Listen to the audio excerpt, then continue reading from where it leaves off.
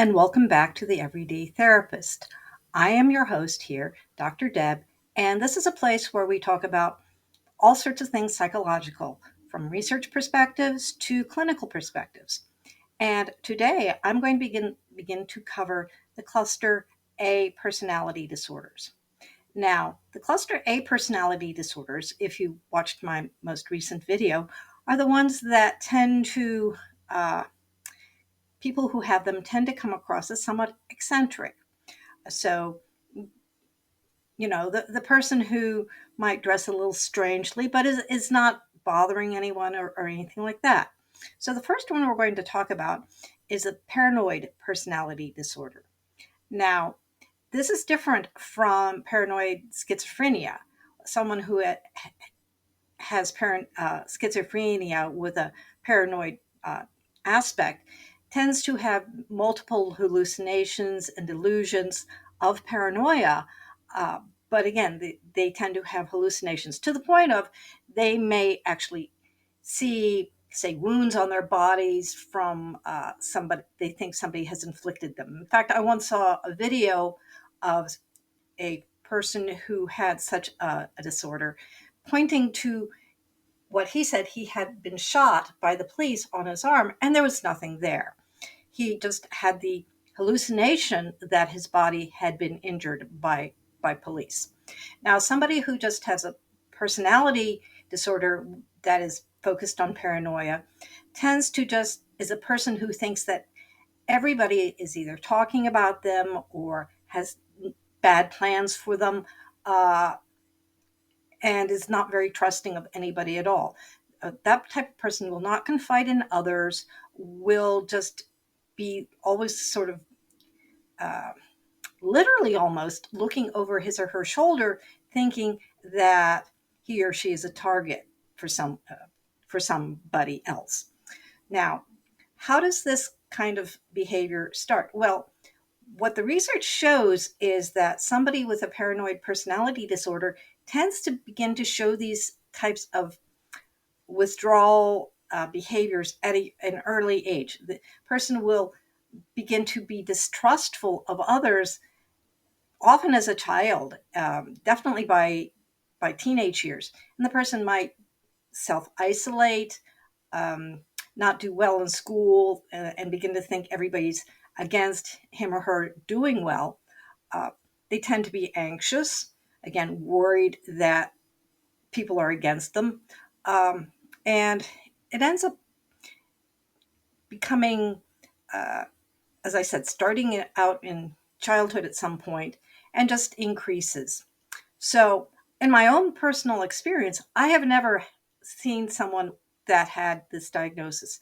But if you think about it, why would somebody who does not trust others at all and does not confide in others, why would such a person seek out a therapist unless the person is forced to seek out a therapist?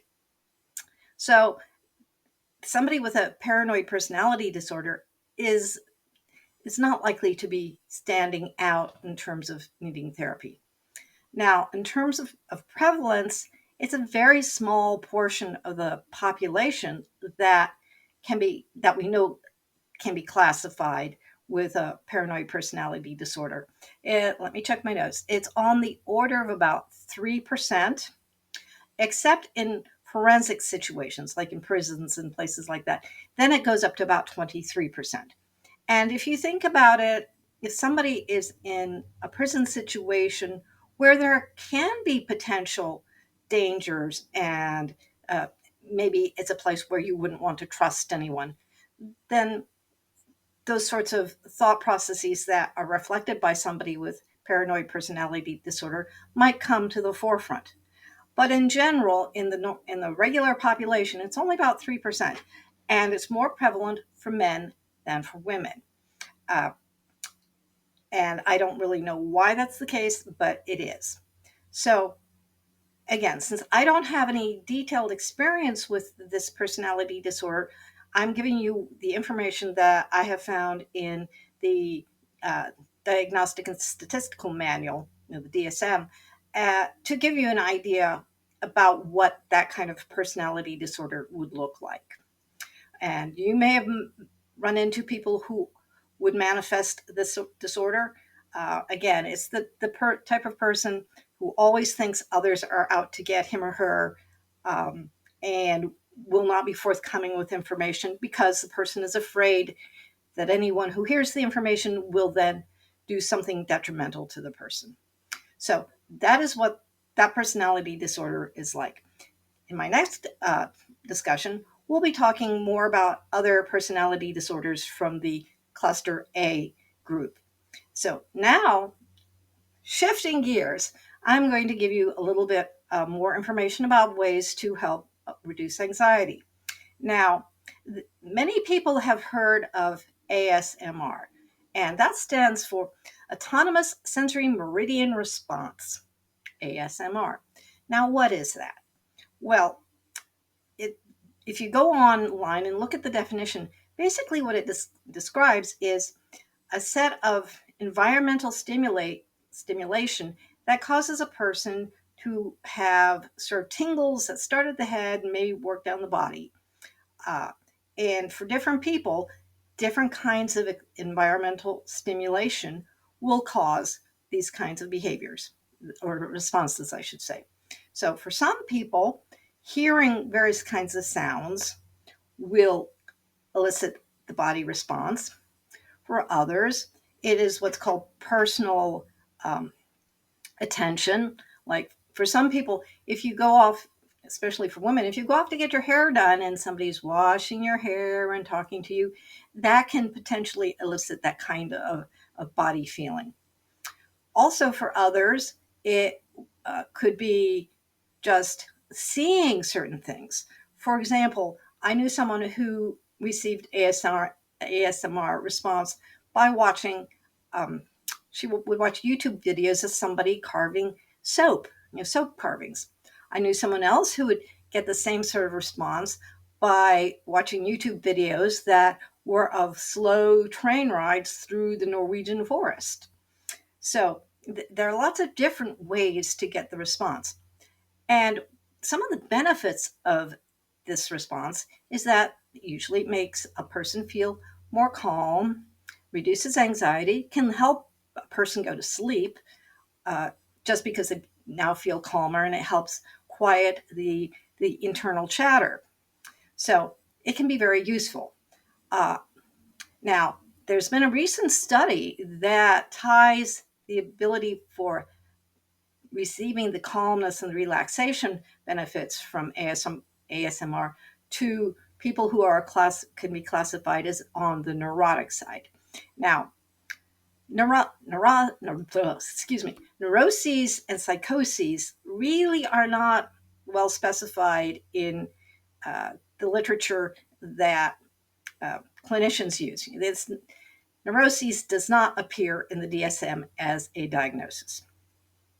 But someone who's neurotic is someone who tends to be anxious, overthinks things, uh, worries a lot, has a lot of mind chatter, cannot turn off his or her brain when going to sleep. And so that's the type of person that does very well with ASMR. Now, if you contrast neuroses with psychoses, when we talk about somebody who has psychosis or is psychotic, that is somebody who has hallucinations and various kinds. They may have visual hallucinations, auditory hallucinations, extreme delusions. So that's those people have much more serious mental health problems than, say, somebody who's basically neurotic. And many of us can be classified as neurotic. So just giving you a little bit of information about ASMR.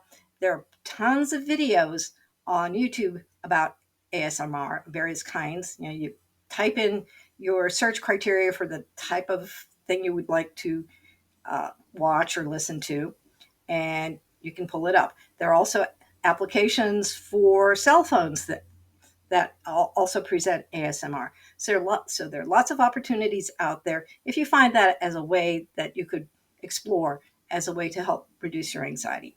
So that is all for today. Next time we'll talk about another kind of personality disorder from the cluster B, And see you soon. Take care. Bye.